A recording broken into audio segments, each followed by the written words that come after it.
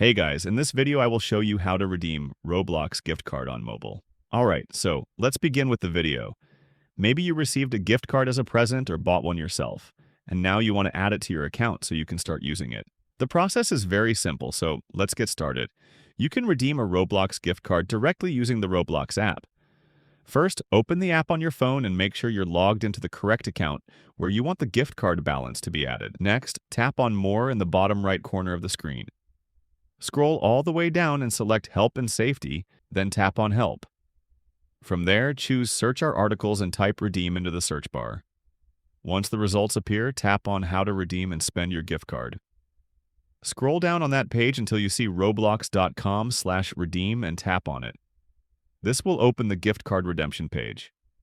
Now, scratch off the code on the back of your physical gift card, or copy the code if it was provided digitally. Enter the code into the box shown on the screen, then tap Redeem.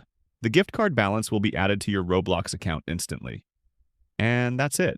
So that's basically how you can redeem Roblox gift card on mobile. So that's all for this video. See you in the next one. Thanks.